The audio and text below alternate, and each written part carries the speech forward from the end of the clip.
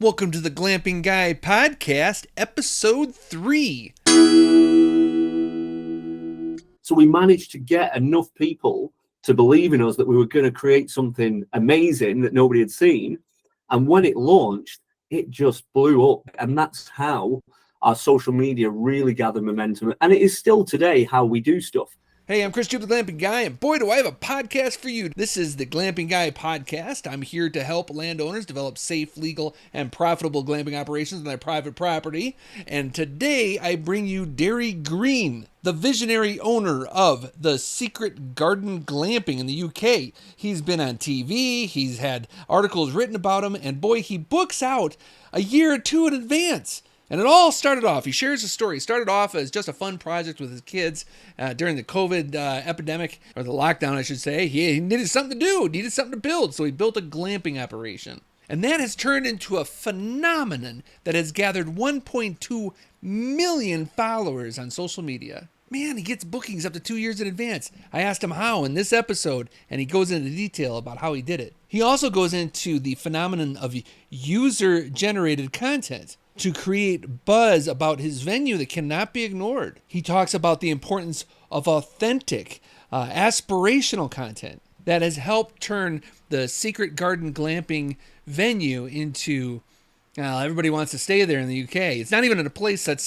very popular. Like, there's not a lot of tourist attractions in the area. He goes into detail about how he's out in the middle of nowhere, but he's got stars and people coming to him and wanting to stay in his place. And boy, oh boy, if you're a glamping operator or an aspiring glamping operator, you will learn a lot from today's podcast. So sit back and relax and enjoy this episode with Derry Green of the Secret Garden Glamping UK. Hey. Hi, Derry. Hey, how we doing?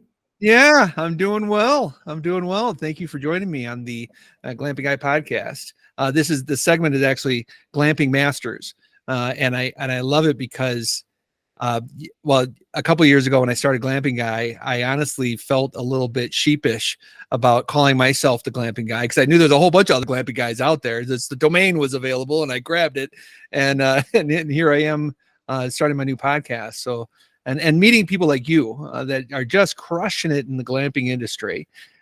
Personally, I don't think it's that tough to do. Well, it's a lot of hard work, but it's not rocket science, and there's just such a demand for glamping all over the world.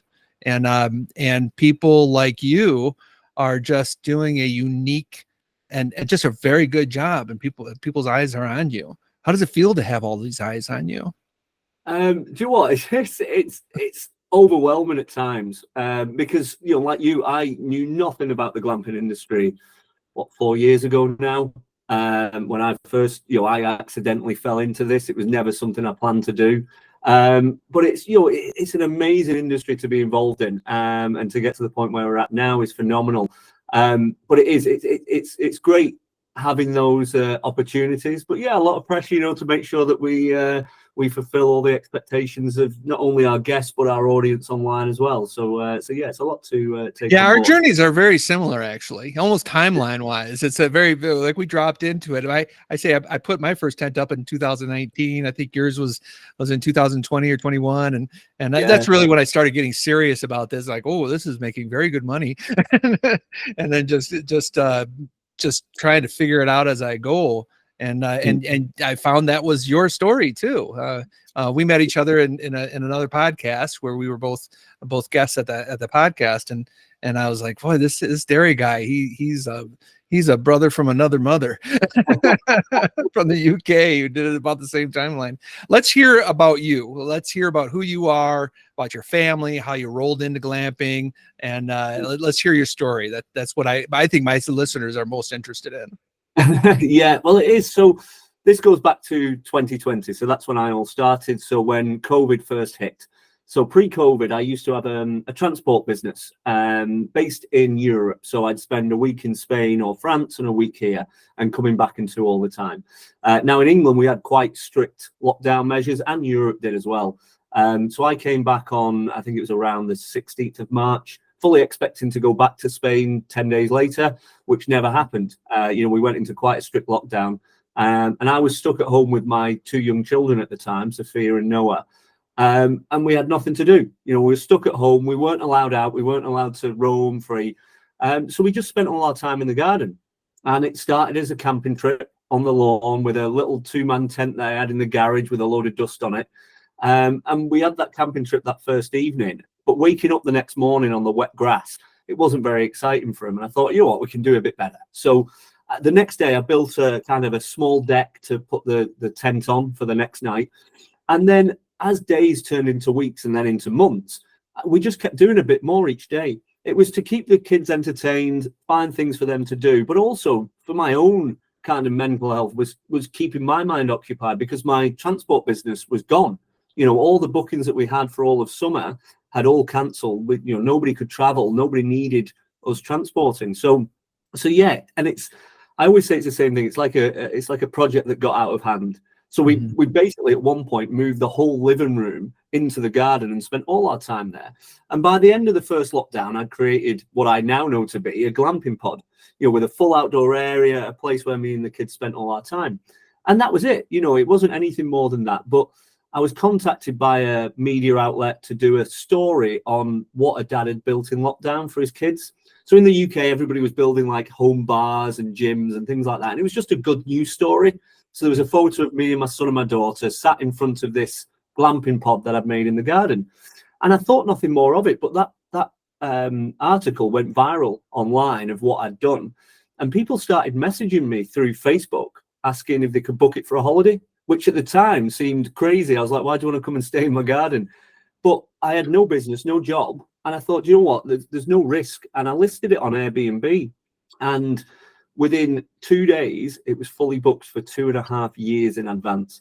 I was just blown away. That's amazing. It was unbelievable. Airbnb had put it on their homepage because they'd seen the news story, and it just blew me away. And then I realized, wow, I've got to actually run a glamping site. How am I going to do it? What do I need to do? I'd never run this sort of business before. But, you know, I quickly realized there was a gap in the market for what I'd done. So I then spent the next 12 months applying for planning permission and those sorts of things, which was granted in 2021, which is when I then opened the Secret Garden Glamping. And we've gone from that one little pod in the garden to 13 different units in our 4-acre woodland now. We've bought a new site and we're opening multiple sites across the country as we go forward. So, yeah, all from this little project to now being the most viewed, most booked, most followed glamping site in the UK by a country mile. We've got around 1.2 million followers across our social media platforms. We have an average monthly reach of about 10.2 million and over 5 billion views across all the social media platforms. And we're still, you know, we usually book around 18 to 24 months in advance now on all of the units. And we've run at 100% occupancy since day one. So it's, you know, really exciting. I love this industry now, and it's always challenging to figure out what's going to be the next step. So yeah, that's where it all started. Wow, that's a neat story. How it started with COVID and your family, and just and then falling into it accidentally. Boy, can I resonate with that. What I can't resonate with is the 16 to 24 month advance bookings and 1.2 million followers. And these are things that I think every glamping operator out there is like, wow, wouldn't that be awesome? It seems like you leveraged that media opportunity first. Can you explain that media opportunity, or how did you come about getting that? Did they just knock on the door and they were there with the cameras and then it just happened, or did you kind of feed the beast a little bit and make it happen? No, so when that first story came out, it was just me. I didn't have a business. I had Facebook at the time, which was my own personal Facebook, which I'd shared photos of what I was doing with the kids each day, no more than that. And it was actually a friend of a friend of a friend seen it, who worked for Unilad. Now, Unilad are owned by Lad Bible, which is a huge social media platform. So it was Unilad who did the story on the first day. And it was just a good news story. But then the second day, Lad Bible took it and put it on their social media. And they've got like 10 million followers. And that's when it really blew up. And then I had your traditional newspapers and things contact me to do the same sort of story. But and again, the auxiliary media started coming on board. Exactly, because they seen it then. But again, at that point, it was literally just a project. It wasn't a business. And it was only because people started messaging me, because my name's quite unusual, so I'm pretty easy to find on Facebook. There's not many of me. that people started messaging me. And I thought, you know what, actually, go on then, I'll give it a go. Why not? And then it was the Airbnb listing that really pushed that first unit. But again, it was really hard to migrate from there, because although we had 2 years worth of advanced bookings, it was through Airbnb, so we had no revenue. You know, they had 2 years worth of revenue. Yeah, you don't get it till they stay, right? There you go, exactly. So I was getting paid out like $100 a day every day once somebody had stayed, but it was no way to generate a business from it. So I quickly realized that social media was the absolute way that I needed to go to actually create a business online that I, in fact, didn't have at the time. So when we came to building the first unit, once I'd got planning permission, which took a year, even then we didn't really have social media. It was still just my own Facebook.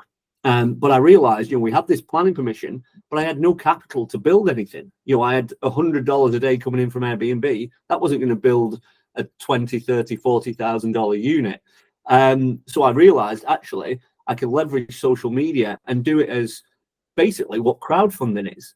So I had to launch the Secret Garden Glamping and a new unit without any content, without any photos, without even setting a shovel in the ground, because I needed to take bookings to be able to fund the build. And actually, what started as a way to, get crowdfunding actually became a way of me increasing my social media presence. It's leveraging lots of different tactics within media. Can you explain the crowdfunding? Because it's technically not crowdfunding like traditional, like you raise funds for something, but you were using social media to get direct bookings. Is that what you're doing? Exactly. So what I did is I used my social media platform. So I set up Instagram and Facebook at the time, and I set up a website with a direct booking link. So what I managed to do is take direct bookings with a 30% deposit, and then the rest was due anytime up to 30 days before arrival. And because I could take the 30% deposits, we could then use those deposits to actually build the unit that people would come and stay in. So this is it. When I launched it, I hadn't built anything. So I had to come up with other ways to, we've got something coming soon. Everybody loves joining a waiting list, joining a queue. It's the fear of loss. We've got something exciting. It's going to be launched in a few months. Nobody knows what it is. It's like kids opening presents at Christmas. So we managed to get enough people to believe in us that we were going to create something amazing that nobody had seen. And when it launched, it just blew up, because all these people who'd made pre-bookings for something that they didn't know was there at obviously a cheaper rate, when it did launch, nobody could get booked in because all the pre-bookings were already sold. So then everybody was clamoring at the bit, knowing, right, next time they do this, I need to get on board. I need to pre-book that before they do it. And that's how our social media really gathered momentum. And it is still today how we do stuff. So before we open a new unit, we do pre-bookings, and we generate revenue that way exceeds anything that it costs to build. So it's a phenomenal way, not only from a revenue point of view, but also from a social media and marketing point of view. It works on different levels then. If I could deconstruct everything you just said, because I think it's brilliant, but there's a concept of this is me. This is very convicting to me, because I put it up on Airbnb and a number of different OTAs, but I just expected to do their job, and then they do the marketing. And I have often been caught saying that. I'm going to remove it from my vocabulary. They do the marketing. No, I have to be a marketer. That's what you're saying, is that you actively put in your effort into social media, created a marketing campaign. I would call that a marketing campaign. The FOMO, the fear of missing out, the anticipation, you're building it, as well as taking 30% to build the thing. And then when it launches, there's so much enthusiasm and so much excitement that's really carried over to here you are 2 years later, 3 years later or so, and you're still riding that wave of that 18 to 24 months booked out, that fear of missing out. People, I better get on that list now. And it just kind of creates more and more excitement. The excitement kind of exudes on excitement. Exactly, that's it. So when you were saying then about Airbnb and things like that, so Airbnb are marketing to millions of people. They're working on huge scale of numbers. Right. when we're talking about individual units, it's not that many people. People assume, oh, you need a lot of bookings to be able to do it.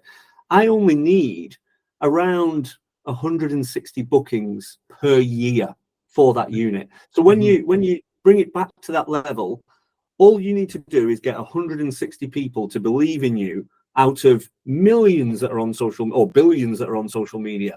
So when you're doing it on a small scale, it's actually relatively easy to do. You're not worried about, okay, there's 1 million people a day looking on Airbnb, but there's, I don't know, 100,000, 200,000 units on there. So you're a very small fish in that big pond, where actually you don't need to target that many people to be able to get something off the ground. And then even now, when we're at 13 units, we need sort of 2,500, 3,000 bookings a year. Our audience now is 1.2 million. We're trying to pull 3,000 people out of an audience of 1.2 million. It's very, very easy to do, but it works on a smaller scale as well. Average sites maybe have 1,000, 2,000, 3,000 followers. But if you're only looking for a few hundred bookings and trying to target them people specifically, and what we can do in the glamping industry, which a lot of other bigger businesses can't, is we can be authentic and genuine and have real customer service for people and spend that extra bit of time to make people feel confident in booking. And if you only have to do that on a small scale, it's very, very easy to do. And then you can build up from there. Yeah. That's brilliant. Before we get into more about social media, you said planning commission. So you fell into it by accident. It took about a year to go through your planning commission over in the UK. Did you get in trouble? I mean, did you really have? Was there a time that you felt like you were going to get shut down for doing something illegal? I mean, is there a story behind that, or they just show you what to do? Yeah, with the first unit, it was relatively straightforward. So the first unit was in my garden, which comes under permitted development, so there was no problem there. Gaining the planning permission for the woodland that we had, which is Greenbelt, is relatively difficult in the UK.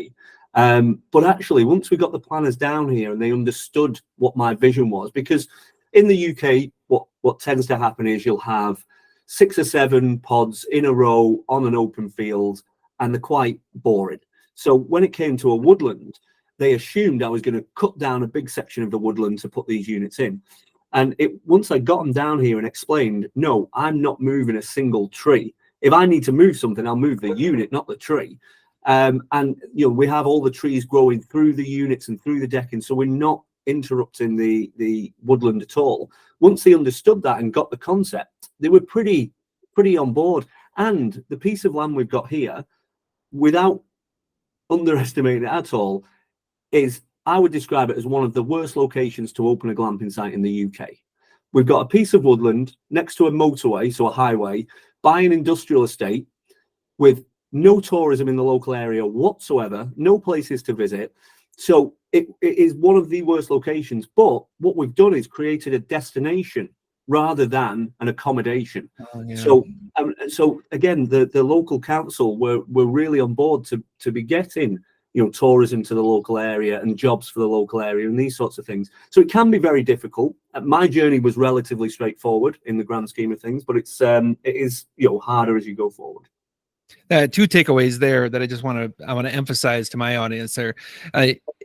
Once you got them on board, it became easy. It was hard at first, but then it became easy once they understood that you are not having a lot of impacts to the environment. You are trying to work with the woodland rather than against it. I suppose that's what planning department people are used to. They're used to dealing with developers who are ready to just level the land and build a concrete parking lot or something. and you're coming in there saying, hey, I want to build something that actually works with the environment and becomes a destination. That's the second, the other takeaway that I just heard you say is that destination, that you don't have tourism in the area, but planners should want tourism in the area. It brings so much economic good to an area when people are coming in to visit and then they leave. They spend their money here and then they leave. And that I found the same to be true also, that at first they look at you like you have 3 heads and you don't know what they think you're kind of weird for doing what you're doing. But then once they get their head around it, they really do understand it and then they like it. And then when they're on your side, then all of a sudden government starts working with you instead of against you. And boy, that's inspiring, Derry. That's very inspiring. Well, on that side of things as well, when we first looked at it, our proposition was to have 10 glamping units in the woodland. And when they first looked at it, they were like, no, that's too much. It's too much, infrastructure. It's overdoing it. Oh, okay. So we actually ended up gaining planning permission for 6. So it was on a smaller scale. So once we'd done those 6, we then went back to the planning department because we needed more. And we asked for a further 5, which would be more than we originally asked for, and they said no to. Now, at that stage, they said, yes, absolutely, because we've proven the model on a smaller scale to show that we'd not impacted it. We could show the job creation, the benefits to the local area, all these sorts of things. So then it was an easy sell. It was, we've done this, everything's perfect. Can we do a little bit more? Well, yeah, of course you can. So you went from 10 to 6 to 13. So you ended up with more than what you were even asking for in the first place. Awesome. Yeah. So yeah, we That's said awesome. no to in the first place. But as my planning consultant always says, it's like feeding them a cake. If you give them the whole cake in one go, it's too much. Give them a slice at a time, and it's way easier to digest. That's great. That's great. Okay, so now let's get into, I think, really the golden nuggets that you're going to share, glamping operators that are listening to this podcast, is how do you get that social media? Well, let me share with you my experience. I have a Facebook. I have a Twitter account or an X account. I have an Instagram account, and I have a TikTok. I was trying to polish it up earlier today because I knew you were going to be on the show here. And so I've got this social media going, but it's onesie, twosie, little communication here and there. I personally find it kind of interrupting my day to stop everything and post something online, and so I have more going on with Glamping Guy than I do really with Monument Glamping, which is my glamping operation. So speak to me. What do I need to do to really get things rolling in the social media world? So the first thing there is, which I took from what you just said, is about stopping your day and posting things, that sort of stuff. So the way I treated social media right from the start was just like any other part of your business. So if you order toilet rolls, you don't wait until the toilet rolls have run out. You order them 2 or 3 weeks ahead, that sort of thing. So you plan a specific part, right, we're going to do this and going to do that. So it's the same with social media. It's just setting guidelines. Because, I mean, there's lots to talk about with social media, but one thing that overarches everything is always consistency. So what I used to do is, I had to run a business. I used to set aside 2 hours in my case, it was on a Sunday because that was always my quietest day.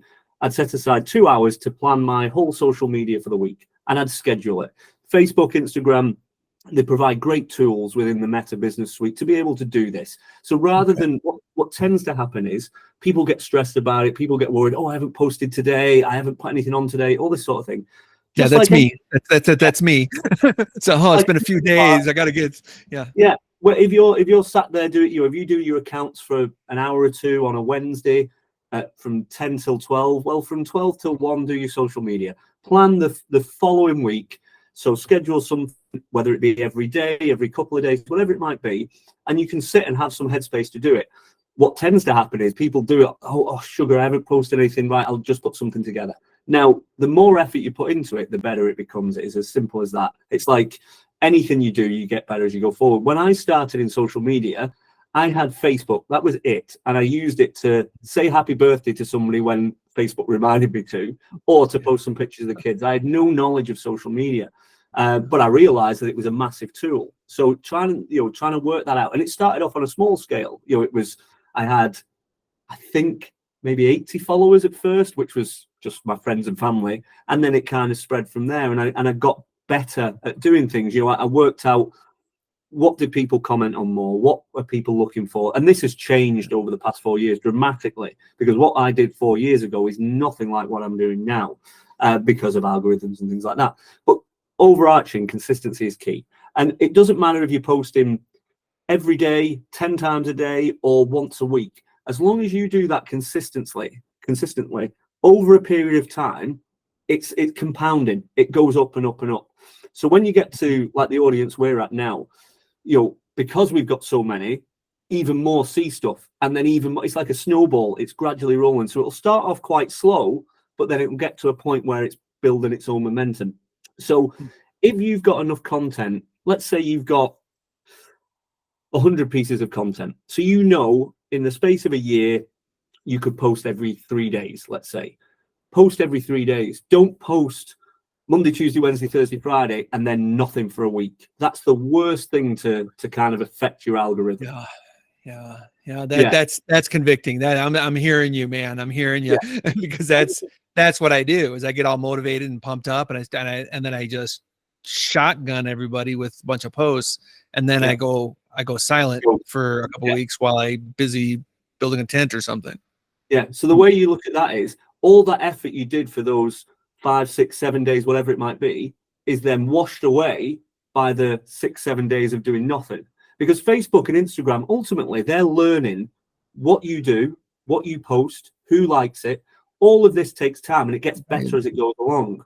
So when I look at social media, I'm not trying to sell or promote or gain customers. All I'm trying to do is impress my 3 customers, which are Instagram, Facebook, and TikTok.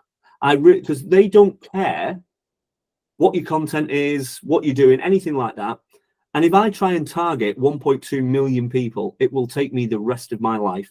Where if I target one thing, which is Facebook, they'll show it to millions of their audience. It's a way easier way of doing it. Instead of trying to find your customer avatar who is Debbie, who's 45, who has 2 dogs and 2 kids and wants to go away on the 5th of February next year, really difficult to do that a million times. Where if you can do something once that impresses Facebook or Instagram, because all they care about is, are you keeping people looking at your stuff? Yes or no? If you are, they'll show it to more. If you're not, they'll show it to less. Another golden nugget you just said. Who's your customer? It's Facebook, Instagram, it's TikTok. These platforms are your customer, and that's the mentality you have when you post, when you create content. You're going after that customer rather than you said avatar. That's a business buzz term of your ideal customer. Instead of that, it's actually Facebook to make sure you're the go-to to your business. That's your customer. You got to persuade Facebook that you're the man. Exactly, because I think actually we spoke about this on the podcast that we did together. So what I always find with glamping businesses, lots of businesses, but glamping especially, because a lot of people get into it as more of a lifestyle business. So what tends to happen is everybody has their own bias. I know I have my own bias. So for example, if you're a 50-year-old retired couple who likes dogs, you will inevitably try and get other 50-year-old couples who likes dogs to come to your glamping site. Right. And that's fine. That's not a problem. But it doesn't mean that the content you're putting out or the units you're creating are targeting that market. So we all have these bias and we try to target the people who we think want to come, which inevitably usually ends up being ourselves. Where actually, I'm not going to sit here and say, I want 40-year-old people with kids to come, because that's what I am. All I'm doing is letting Facebook, Instagram, and TikTok decide who my customers are, because they know way better than I do. They've got billions and billions of people online. They know everything that every person is searching for, looking at, spending time on. They will tell you who your customer avatar is. So if you think it's 50-year-old couples who are retired with dogs, but actually the people who are seeing your content are 30-year-old young families, then there's no point in trying to target these people if it's actually the 30-year-old young families who want to see your content. And Facebook and Instagram and TikTok will decide that for you if you give them enough information. And then on the back of that information, you can then see who you need to target rather than the other way around. And that's so brilliant. It's just blowing my mind, because you're booked out a year or two in advance. And I do you feel the need to increase your prices for that? I mean, if you're booked out that much, are you being too cheap? Are you leaving a lot of money on the table? What's your feelings of that? Yeah, so this is my own bias with it, in all fairness. So we have, actually in the US, you have Shark Tank, don't you? Yes. So we're in the UK, we have Dragon's Den. So Shark Tank is a franchise of Dragon's Den. I was on this year's Dragon's Den, which is the American Shark Tank, and I got all of the dragons wanted to invest at the amount that I offered. It was a phenomenal episode.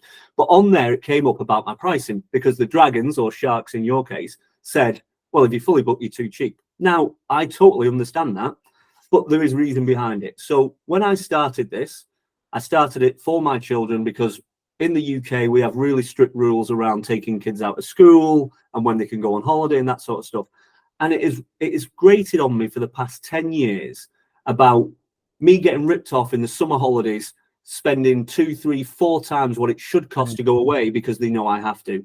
So in this business, I get to choose what the price is. And I've decided that I don't need to make more money as long as I'm making good money for the business and everybody's happy, then I don't really need to push it. And I mean, that's my ethical standpoint on it. But having said that, there is a logical standpoint in it.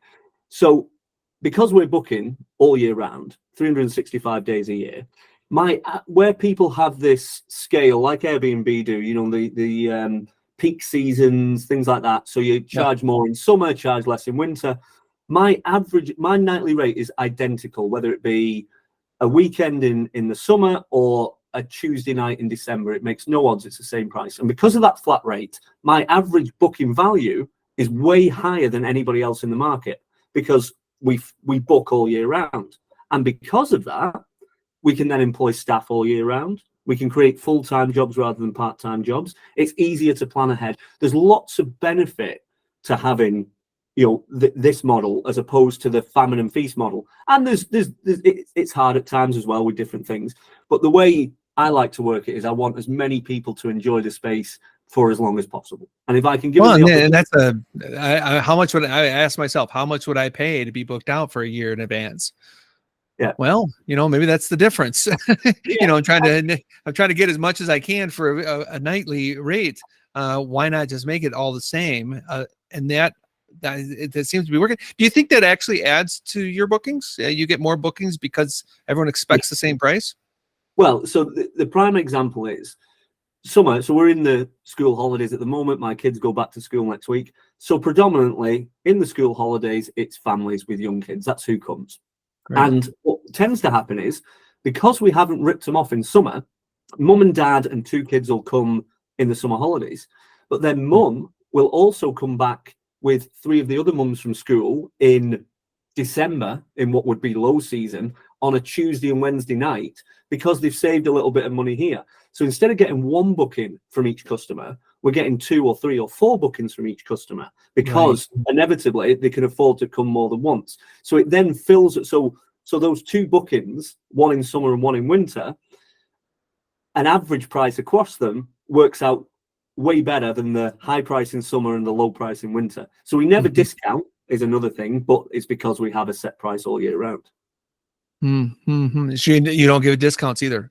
No, we never do a coupon or something like that, or a special deal. You don't do it. Well, why would you? You're full. Yeah, well, it's a hard one because it's on the marketing side of things. It's always a slippery slope when you start discounting and things like that. What I'd rather do, if it came to it, instead of discounting, what I do is I do added benefit. So instead of knocking, 10% off the price, which really doesn't, unless you're looking at knocking 50% off the price, nobody's really looking these days. But instead of knocking 10% off, which is not a real, good incentive, actually, what can you add on? So it might be extra activities, it might be breakfast, it might be food, it might be any sort of extra to increase the value of that booking to somebody rather than lowering your prices. So added benefit rather than discounts work way better. And it's something you can promote through social media way better because, a 10% off coupon or a 20% off coupon, like I say, unless it's a really heavy discount, it's just going to wash past people. Where actually, if you've got added benefit, if you come this weekend, we're having a night walk through the woods, or we're having a bonfire, or we're doing fireworks, whatever it might be, that's way more benefit and at a lower cost. Right, but you don't touch the price. That's convicting. I'm sold. I'm gonna get this flat rate going.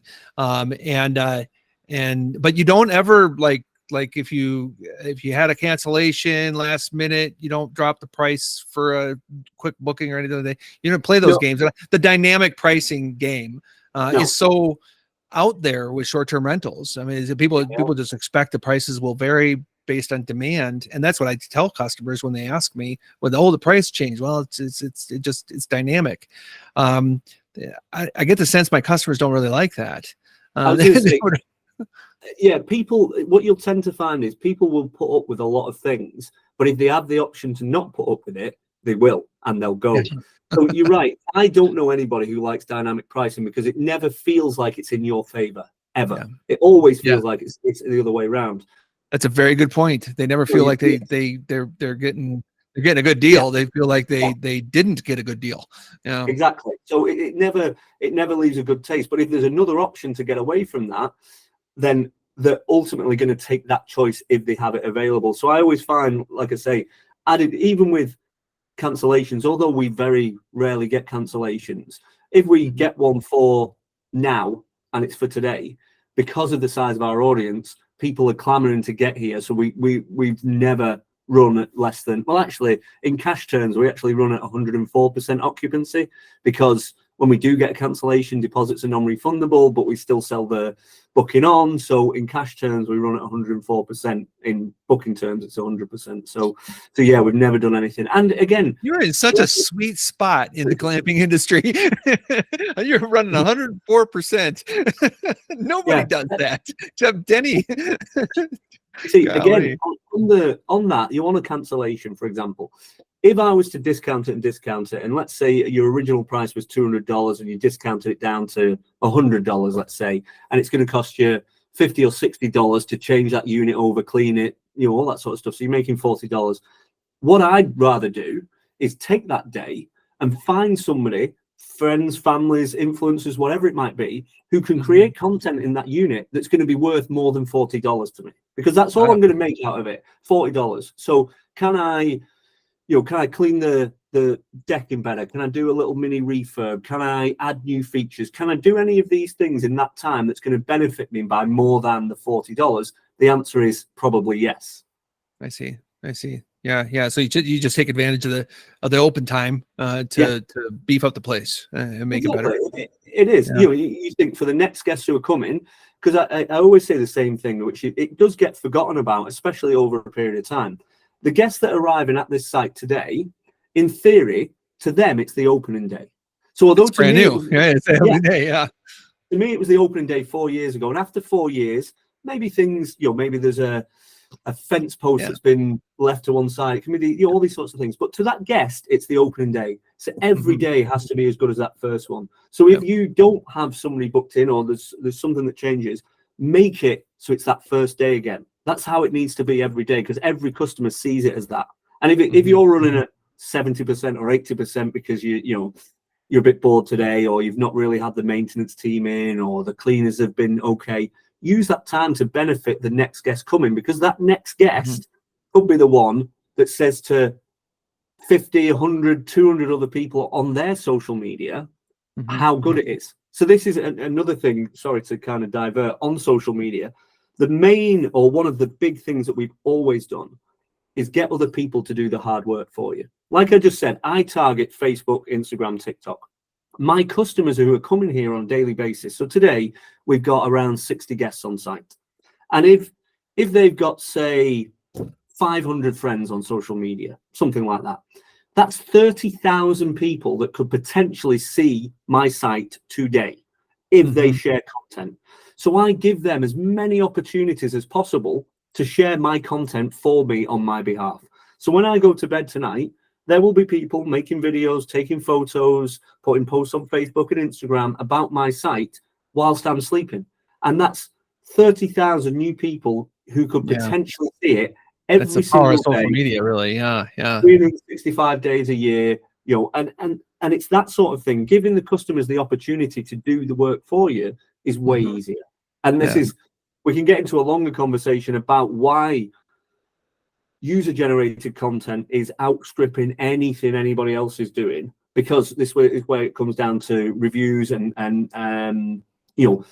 the kind of genuine content that people want to see and what they actually believe on social media. Because these days, with AI and filters and everything else, a lot of content isn't trusted unless it comes from somebody who's there, who's been there, from your friends, your family members. You're way more likely to trust your brother if he posts about the amazing new Hoover he's got than if Dyson put on an advert saying, oh, this Hoover's great. You don't believe it, but you'll believe your brother or your friend or your auntie or whoever it might be.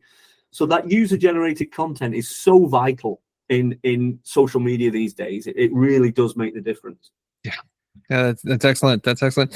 I want to get to influencers here first, but you know what? You have 13 venues. How big is your staff? How much do you and your family take care of? What's your day-to-day operations like? Yeah, so we have 15 staff now, mainly cleaners. We have 2 full-time maintenance. We have a site manager. There's myself, my mum, Chelsea, my partner, now runs most of the social media. She's taken a lot of that over from me. So yeah, there's quite a few of us now, and then more as we expand further. Yeah. Okay. And then tools that you use. Do you use there's like buffers, one I've been looking at and stuff to really manage your posts and your social media content? Do you invest in any of those, or do you just use the Facebook, Instagram, TikTok features? Yeah, so we don't use any kind of third party. The only thing we do is we use CapCut for our video editing. So everything else is created in either Meta Business Suite, similar. We use CapCut to create all our content because, again, you want to be creating any video content, any photo content. Okay. So not influence. You know, if you create a video in TikTok and end up with a watermark on there and post it on Instagram, it's not going to play. It's just not going to work. So we create our video content in CapCut and then use it on there. But we don't use, again, Meta.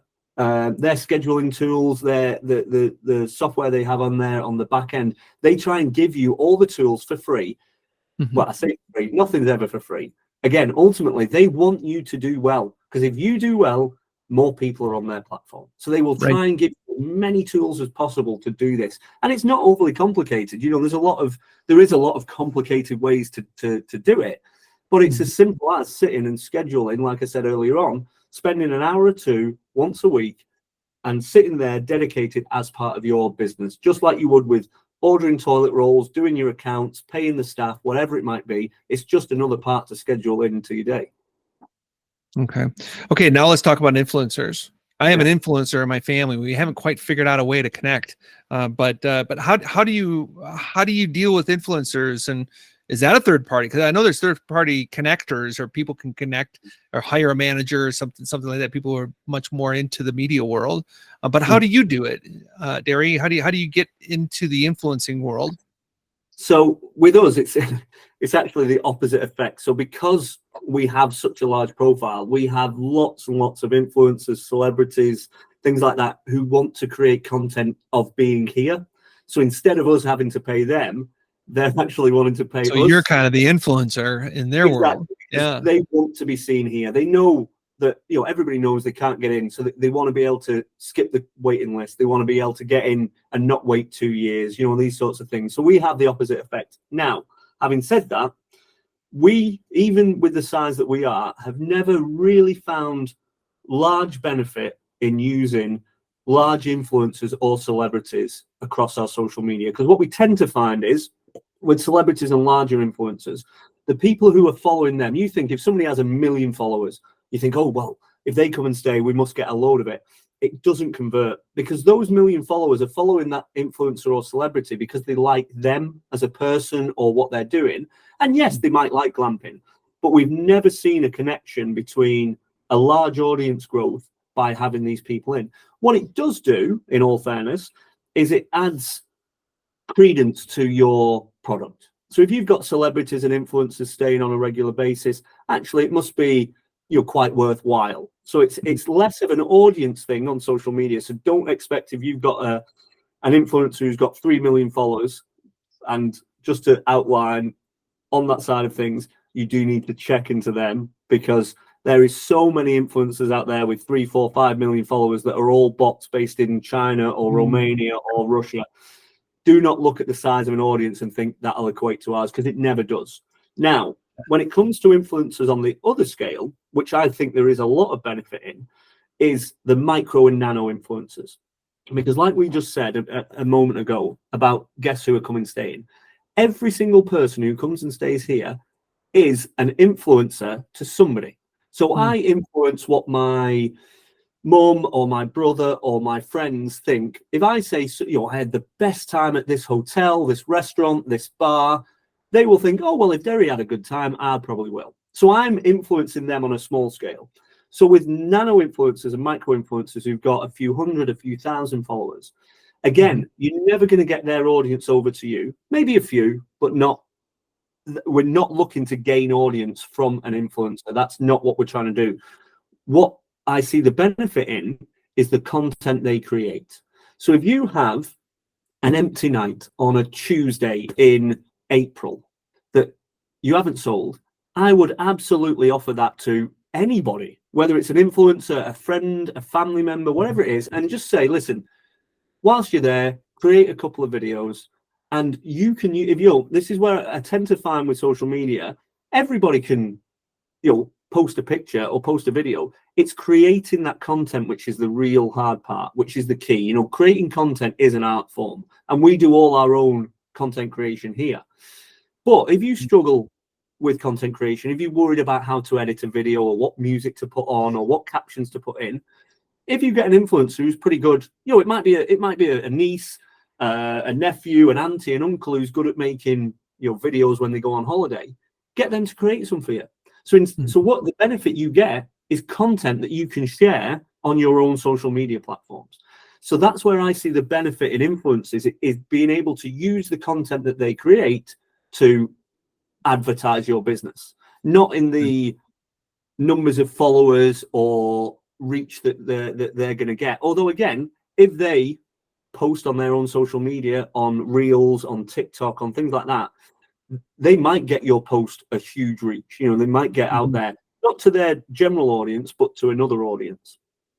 And so in a way, influencers, if they cover you, it builds authority and for you and your platform.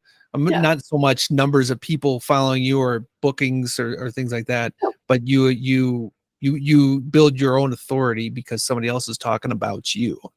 Exactly. Yeah. So we've never seen a correlation with increasing audience, increasing followers, increasing bookings, anything like that for an influencer state. So the first ones you get might be quite small. It might be a local celebrity or a local influencer or something like that. But then each one of those is adding credence because that celebrity or influencer will be followed by other celebrities or influencers who are maybe a little bit bigger. So we started off with one or two local celebrities, all the way up to now where we've had, there's some people I can't talk about, but full on A-list celebrities have been down and stayed here. We've had to sign NDAs, to not talk about stuff and not let people know that they're here before they get mobbed.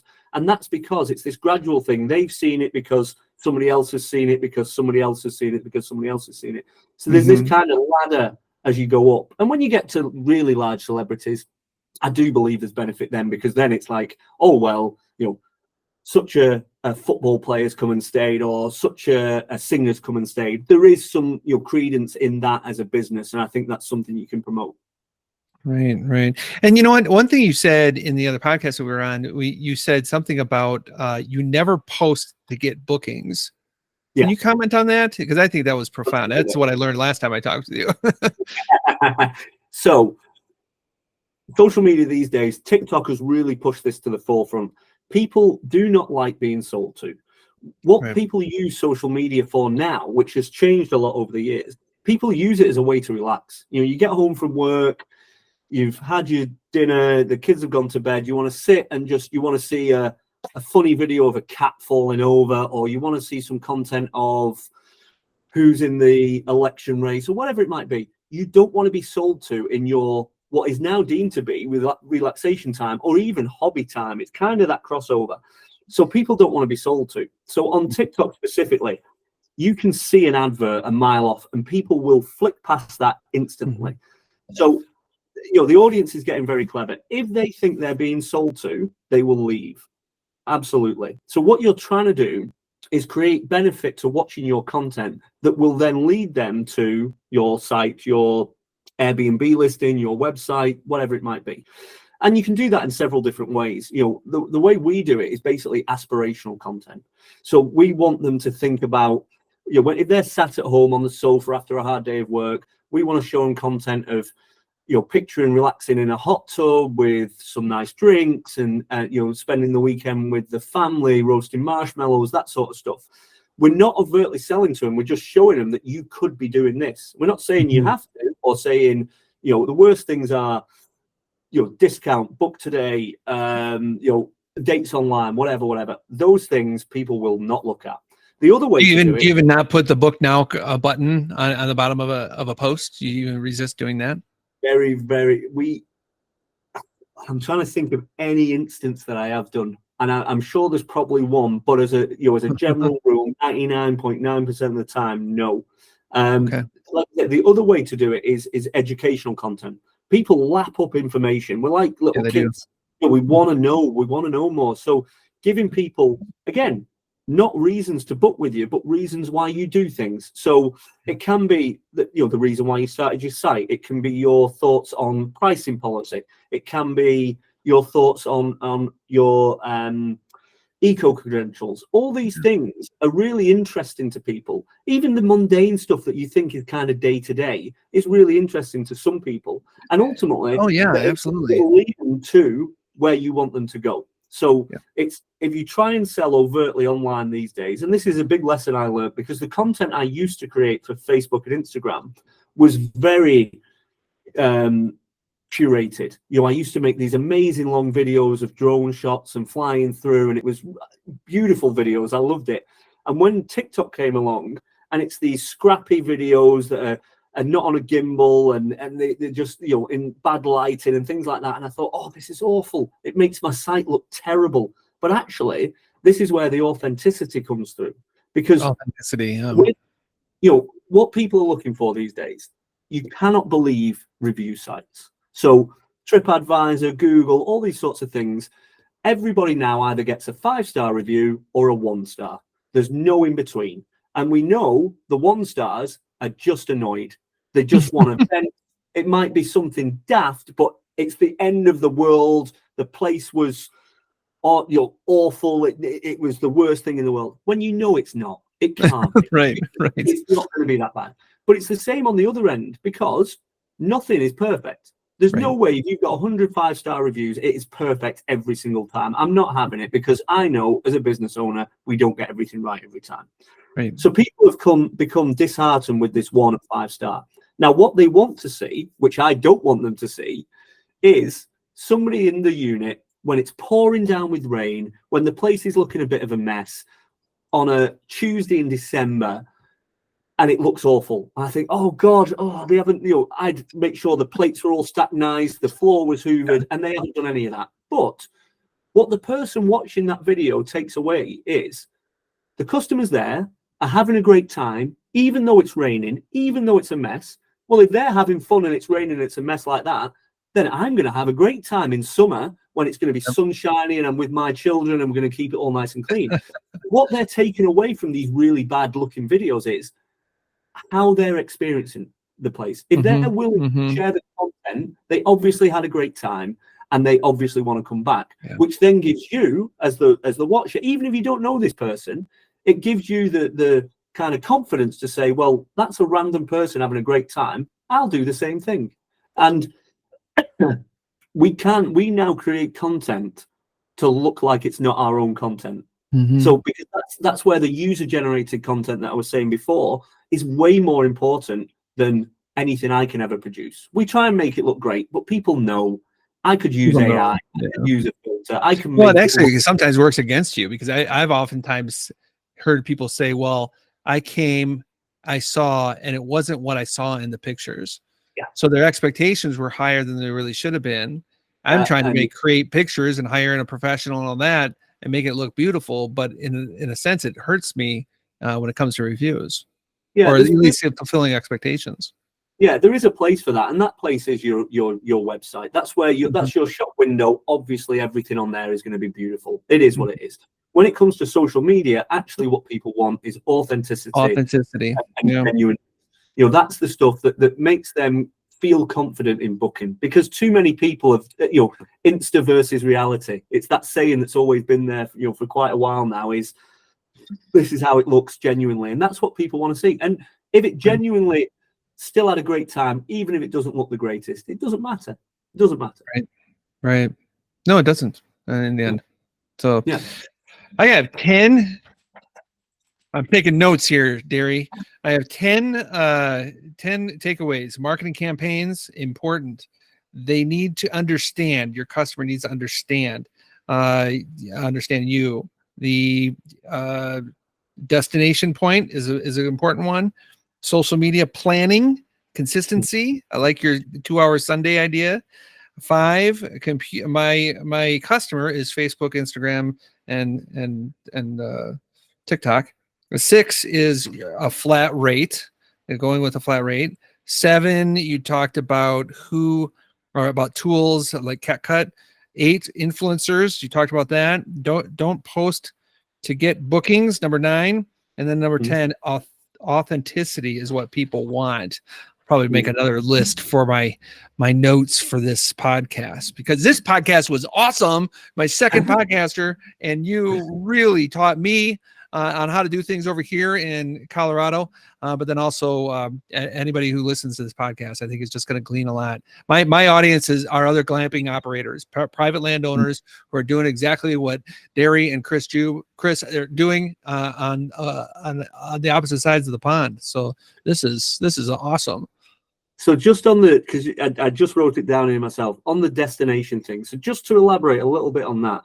Yeah. Again, when I talk about this business, in general, glamping site owners act as accommodation. So they will open glamping units where there's no other accommodation. Now, It's absolutely wrong. What we are is we're an experience provider that has accommodation. We are not an accommodation provider. If we act like an accommodation provider, we're the same as any other hotel, B&B, whatever it might be. We're an experience provider that people can also stay at. So the glamping unit itself is actually second fiddle to everything else that you're doing. Because if you've got the most pretty, most amazing tree house in a canyon that looks over the greatest sunrise in the world, that's brilliant. But what are they going to do for the other 2 or 3 or 4 days that they're there? And that's the important part. And that's the difference that really makes people want to not only share content, because if they're sat on the comfiest bed in the world, they're not taking photos, they're not sharing it, because they can do that at home. Now, if they're sat outside roasting marshmallows with the kids, or playing football, or going for a walk up a mountain, these are the things that people ultimately share with other people. And if you're the experience, they're sharing that this is your experience. So when I go on holiday to Europe and we go and stay in a hotel, I never share any content of the room, of the hotel, of the lobby. I'm sharing content of me jumping in the pool with the kids, or going on the beach, or going for a bike ride. None of them are anything to do with the hotel. So the accommodation is getting none of the benefit of that social media. The beaches and the bike hire place are and everything else. So if you act as a destination, if you act as an experience, you're going to get all the benefit of all those activities. The accommodation gets none. So forget about the accommodation and focus on the experience. That's the main thing that we do here. We do not act like an accommodation provider, else we're just a place to put your head down. And when they go out to the local zoo or park or whatever, they are going to share that content on social media, and you're getting nothing from it. Are you more expensive than the average hotel that's in the area? Yeah. Okay, good. That's a good way of doing it. Well, I've done that same one too. There's only one hotel near us, because there is literally nothing to do here. So we do, 95% of our guests, from when they pull up, they do not go into their car again until they leave. That's it. They are here for the duration, whether that be a day, 2 days, 3 days, 4 days. They don't leave, because they want to experience what we're doing here. And so we've got that captive audience. We're getting all the content from it. And from a business point of view, we can then sell to them as well. We've got a captive audience. If people want things, we're there on site to be able to do these sorts of things. So there's lots of different reasons, but ultimately, that's how I always say it. Do not act as an accommodation provider, because that's not what we are. Very point well taken. Point well taken. Thank you, Derry. This has been wonderful. I appreciate you being on the podcast with me, and all of our listeners. I think we're going to glean a lot from your wisdom. So I appreciate you a lot. Oh, you're very welcome. It's been a pleasure, Oh, honestly. you know what? As they say in every podcast, where can people find you? Go ahead and explain. Yeah, so on any of our social media, Facebook, Instagram, TikTok, it's all the same, which is at the Secret Garden Glamping. Or you can find the website, which is the secretgardenglamping.uk. My details are on there. It's still my phone number on there. If you want to have a chat, send me a message, send me an email. By all means, do so, because I love this industry like you do, and I can chat about it all day. Because I do, when I start talking about the industry, I get as much out of it as anybody else does. Yeah. I sit here and I'll go away tonight and think of a million more ideas now I've been chatting about it. So yeah, I'm always Save it for part 2. A year later, go. where's Derry now? Yeah, that's awesome. Yeah, I share the same love for the glamping community that you do, Derry. So it does. We just I'm going to be brainstorming all day today off of this conversation. It's great. Yeah, I hope so, because to me, like I say, with us being an experienced provider as opposed to accommodation, I'm not in competition with other glamping site owners. That's not how it works. Right. We're in competition when you treat it as a social media business. We're in competition with Mr. Beast, with the Hilton, with whoever else is a content creator. Because as I said earlier on, Facebook and Instagram don't care what the content is. So they're not putting me against another glamping site and saying, right, you're better, you win.